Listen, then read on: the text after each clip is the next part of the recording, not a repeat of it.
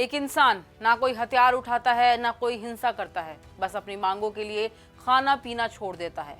आज अनशन का 18वां दिन है। लद्दाख के सामाजिक कार्यकर्ता सोनम वांगचुक भूख हड़ताल पर बैठे हुए हैं। आज वांगचुक देश के लाखों छात्रों के भविष्य के लिए लड़ाई कर रहे हैं। जानते हैं कि आखिर वांगचुक इस बार क्यों अनशन पर बैठे हुए हैं, देश में भूख हड़ताल का क्या इतिहास है और उनकी मांगे क्या थी और साथ ही उसका क्या नतीजा निकला। नमस्कार, स्वागत है आपका प्राइम न्यूज के डिजिटल प्लेटफॉर्म पर और मैं हूं आपके साथ प्राची गुप्ता।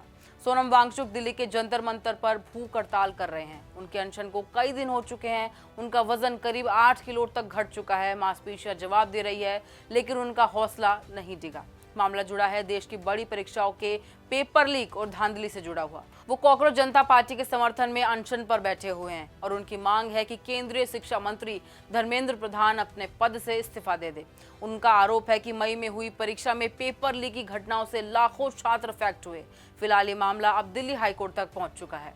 वैसे सोनम वांगचुक के लिए ये रास्ता बिल्कुल नया नहीं है। लद्दाख के एनवायरनमेंट और वहां के यूनिक कल्चर को बचाने के लिए वो इससे पहले भी 2 बड़ी हंगर स्ट्राइक्स कर चुके हैं। मार्च 2024 में उन्होंने -20 डिग्री तापमान में 21 दिनों का क्लाइमेट फास्ट किया था। इसके बाद अक्टूबर 2024 में उन्होंने 16 दिन की एक और भूख हड़ताल की थी। उनकी क्लियर डिमांड थी कि लद्दाख को पूर्ण राज्य का दर्जा मिले, इसे संविधान की 6th शेड्यूल में शामिल किया जाए। हालांकि सरकार ने तब भी उनकी मांगे पूरी नहीं की थी। भारत में इसे जन आंदोलन का एक अचूक हथियार बनाने का श्रेय महात्मा गांधी को जाता है। महात्मा गांधी का मानना था कि उपवास या अनशन अहिंसक सत्याग्रह का सबसे प्रभावशाली माध्यम है। उन्होंने स्वतंत्रता आंदोलन, सामाजिक न्याय और सांप्रदायिक सौहार्द के लिए कई बार भूख हड़ताल की, जिसने ब्रिटिश हुकूमत की नींव तक हिला दी थी। और सिर्फ गांधी ही नहीं, भारत के महान क्रांतिकारी भगत सिंह और उनके साथियों ने भी इस हथियार का इस्तेमाल किया।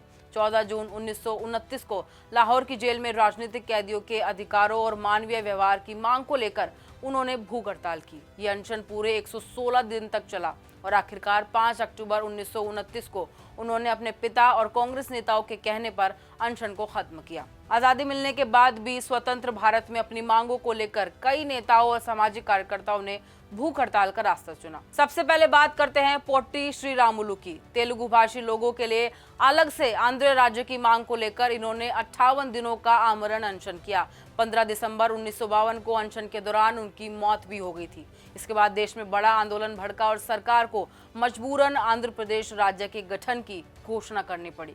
दूसरा, मास्टर तारा सिंह और संत फतेह सिंह। पंजाबी भाषी राज्य और चंडीगढ़ को पंजाब में शामिल करने के लिए इन दोनों नेताओं ने अलग अलग समय पर लंबी भूख हड़तालें की, जिसके बाद 1967 में पंजाब का पुनर्गठन हुआ। तीसरा, के चंद्रशेखर राव। अलग तेलंगाना राज्य की मांग को लेकर केसीआर ने 11 दिनों तक आमरण अनशन किया। जेल में भी उनका अनशन जारी रहा और गिरती सेहत और भारी जन दबाव के आगे झुकते हुए सरकार ने आखिरकार नए राज्य के गठन की प्रक्रिया को शुरू किया। इसके बाद बात करते हैं इरोम शर्मिला की। मणिपुर की आयरन लेडी इरोम शर्मिला के नाम दुनिया की सबसे लंबी भूख हड़ताल का रिकॉर्ड है। सशस्त्र बल विशेष अधिकार कानून यानी AFSPA को हटाने की मांग को लेकर उन्होंने 16 साल तक अन्न और जल का त्याग किया। उन्हें अस्पताल में नाक की नली के जरिए जबरन पोषण दिया जाता था। 9 अगस्त 1916 को उन्होंने अपना अनशन समाप्त किया और चुनावी राजनीति के जरिए संघर्ष जारी रखने का फैसला किया। और अंत में बात करते हैं अन्ना हजारे की। साल 2011 में भ्रष्टाचार के खिलाफ और जन लोकपाल विधेयक की मांग को लेकर अन्ना हजारे जंतर मंतर पर बैठे। इस 11 दिनों के अनशन ने पूरे देश को सड़कों पर ला दिया था। यह आंदोलन आधुनिक भारत के सबसे प्रभावशाली भ्रष्टाचार विरोधी आंदोलन में गिना जाता है। तो ये थी भारत में भूख हड़ताल की कहानी। एक ऐसा विरोध का तरीका जिसमें ताकत शरीर की नहीं बल्कि संकल्प की होती है। इतिहास गवाह है कि कई बार भूख हड़तालों ने सरकारों को फैसले बदलने पर मजबूर किया है, लेकिन हर अनशन का परिणाम अलग रहा। कुछ मांगे पूरी हुई, कुछ अधूरी रह गई और कुछ आंदोलन इतिहास का हिस्सा बन गई।